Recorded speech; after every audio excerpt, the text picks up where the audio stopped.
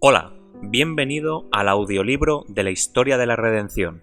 Hoy narraremos el Capítulo 53. El Santuario Celestial. El pasaje que sobre todos los demás había sido el fundamento y la columna de la fe adventista es esta declaración.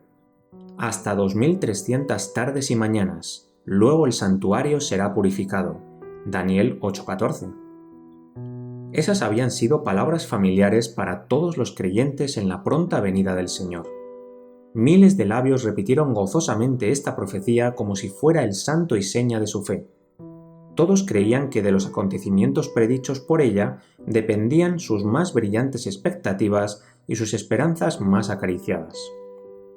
Se demostró ya que esos días proféticos terminaron en el otoño de 1844.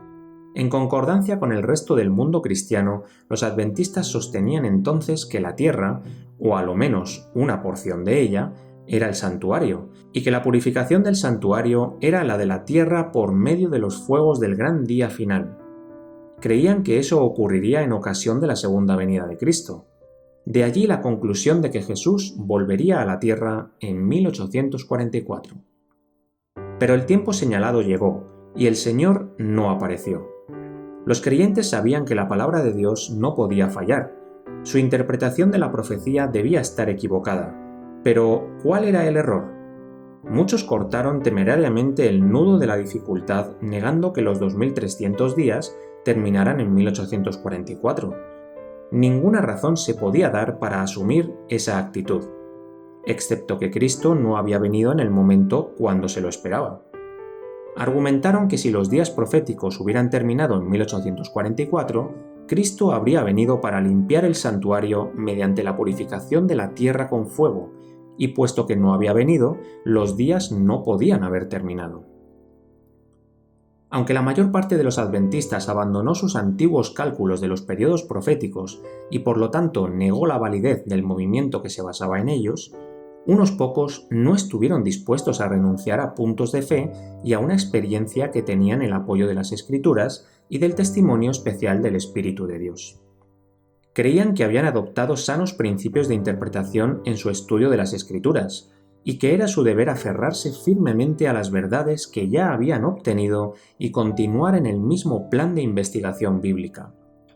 Con ferviente oración revisaron sus convicciones y estudiaron las Escrituras para descubrir su error. Como no encontraron error alguno en su explicación de los periodos proféticos, se decidieron a examinar más cuidadosamente el tema del santuario. El santuario terrenal y el celestial. Al investigar descubrieron que el santuario terrenal construido por Moisés por orden de Dios, de acuerdo con el modelo que se le mostró en el monte, era símbolo para el tiempo presente, según el cual se presentan ofrendas y sacrificios, que sus dos lugares santos eran figuras de las cosas celestiales, que Cristo, nuestro gran sumo sacerdote, es ministro del santuario y de aquel verdadero tabernáculo que levantó el Señor y no el hombre, y que no entró Cristo en el santuario hecho de mano, figura del verdadero, sino en el cielo mismo para presentarse ahora por nosotros ante Dios. Podemos encontrarlo en Hebreos capítulo 9, versículos 9 y 23, Hebreos capítulo 8, versículo 2 y en Hebreos capítulo 9, versículo 24. El santuario que está en el cielo, en el cual oficia Jesús en nuestro favor, es el gran original, del cual el santuario construido por Moisés era una copia. Así como el santuario terrenal tenía dos compartimentos, el lugar santo y el lugar santísimo, también hay dos lugares santos en el santuario celestial, y el arca que contenía la ley de Dios, el altar del incienso y otros instrumentos de servicio que encontramos en el santuario terrenal, tenían su contraparte en el santuario celestial. En santa visión se le permitió al apóstol Juan entrar en los cielos, y allí vio el candelabro y el altar del incienso, y el templo de Dios fue abierto, y él vio el arca de su pacto. Los que estaban buscando la verdad encontraron pruebas irrefutables de la existencia de un santuario en el cielo. Moisés hizo el santuario terrenal de acuerdo con el modelo que se le mostró. Pablo declaró que ese modelo es el verdadero santuario que está en el cielo. Juan da testimonio de que lo vio en el cielo. Cuando terminaron los 2300 días en 1844, por muchos siglos no había habido santuario en la tierra. Por tanto, el santuario del cielo debía ser el mencionado en la declaración. Hasta 2300 tardes y mañanas, luego el santuario será purificado. Pero, ¿cómo podía necesitar purificación el santuario celestial? Al volver a las Escrituras, los estudiosos de la profecía descubrieron que esa purificación no se refería a impurezas materiales, puesto que se lo debía hacer con sangre, y por consiguiente debía de ser una purificación del pecado. Dice el apóstol: «Fue pues necesario que las figuras de las cosas celestiales fuesen purificadas así, con sangre de animales, pero las cosas celestiales mismas, con mejores sacrificios que estos, la misma preciosa sangre de Cristo». Para saber más acerca de la purificación señalada por la profecía, era necesario comprender el ministerio que se lleva a cabo en el santuario celestial. Esto se podía lograr solo estudiando el ministerio que se realizaba en el santuario terrenal, pues Pablo declara que los sacerdotes que oficiaban allí servían a lo que es figura y sombra de las cosas celestiales. La purificación del santuario.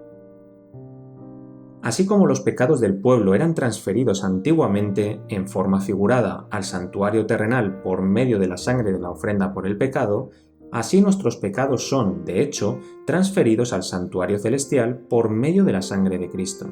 Y así como la purificación típica del santuario terrenal se llevaba a cabo mediante la remoción de los pecados que lo habían contaminado, así la limpieza real del santuario celestial se cumplirá mediante la remoción de los pecados que están registrados allí.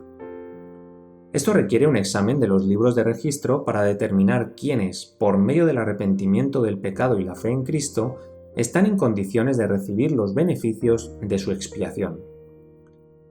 La purificación del santuario, por lo tanto, implica un juicio investigador. Esa obra debe realizarse antes de la venida de Cristo para redimir a su pueblo, porque cuando Él venga traerá su galardón con Él para recompensar a cada uno según sea su obra.